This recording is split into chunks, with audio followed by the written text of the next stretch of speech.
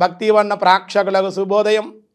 19/4/2025 స్వస్తి శ్రీ చాంద్రమానం విశ్వావసునామ సంవత్సరం ఉత్తరాయణం వసంత ఋతువు చైత్రమాసం కృష్ణపక్ష షష్ఠి శనివారం షష్ఠి మధ్యాహ్నం 1:56 మూలా నక్షత్రం ఉదయం 6:37 శేషవర్జ్యం ఉదయం 6:17 వర్జ్యం సాయంత్రం 4:37 నుండి 6:15 వరకు దుర్ముహూర్తాల ఉదయం 5:46 నుండి 7:25 వరకు సూర్యోదయం 5:46 సూర్యాస్తమయం 6:12 అమృత గడిలో రాత్రి 2:36 4:16 వరకు రాహుకాలం ఉదయం 9 నుండి 10:30 వరకు రాహుకాలం శుభ సమయంలో శివయోగం రాత్రి 9:12 అలాగే వని మధ్యాహ్నం 1:55 భద్రకరణం రాత్రి 2:01 వరకు.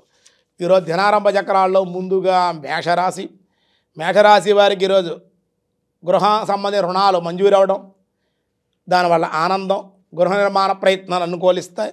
వృషభ రాశి వారి కీర్తిభంగం, ప్రయాణాలు ఇది ప్రమాదం, అనారోగ్య సమస్యలు.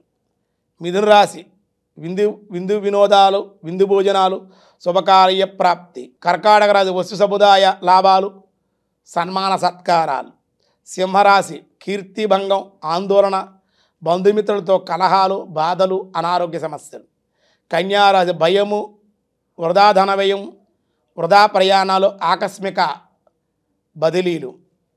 తులారాశి శుభకార్యాలకు అనుకూలత, బంధుమిత్రుల సందర్శనం. వృశ్చిక రాశి అధికార ప్రాప్తి, ప్రమోషన్లు, సంతానం ద్వారా లాభం, ధనయోగం. ధనస్సు రాశి మనోవేదన, వృత్తి ఉద్యోగాల్లో వ్యతిరేకత, పై అధికారులు ఒత్తిళ్ళు.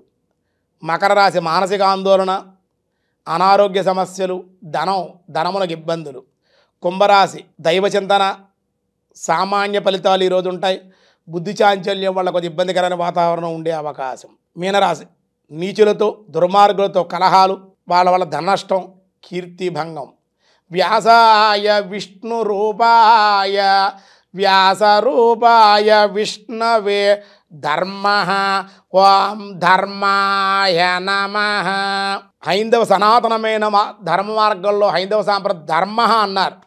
ధర్మం అనగానే అనేక విధాల అర్థాలు నిర్వచనం కూడా మనకు ఉంటాయన్నమాట.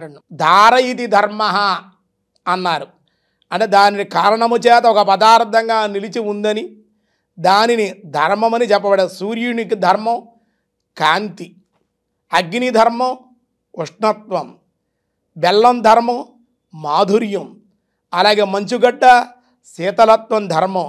ఆయా ధర్మాలకు పదార్థాలు లేనిచో ఆ పదార్థాలు ఉనికి లేదు కదా. కనుక ఈ విశాల విశ్వంలో అంతటికీ కూడా ఆత్మయే ధర్మం, ఆధారమైన ఉనికి అయినటువంటి పరమాత్మయే ఆ శ్రీహరియే ధర్మం. కనుక అందుకే స్వామిడు ధర్మంగా ఉండేటువంటి వాడు, ఆచరించేటువంటి వాడు, ధర్మంగా ఉండేటువంటి వాడు, అనుగ్రహించేటువంటి వాడు, ధర్మాన్ని ప్రసాదించేటువంటి వాడు. కనుక సకల భూతాలు ధారణ చేసేటువంటి వాడు కనుక ధర్మ అని కూడా అనబడ్డాడు. ధర్మ మార్గ స్థానము చేత పొందదగినటువంటి వాడు కనుక ధర్మ అని పరమాత్మను స్తుతించారు విష్ణు సహస్రనామంలో అని చెప్పడం జరిగింది. మిగతా విషయాలు రేపు చూద్దాం. ఈరోజు స్వస్తి.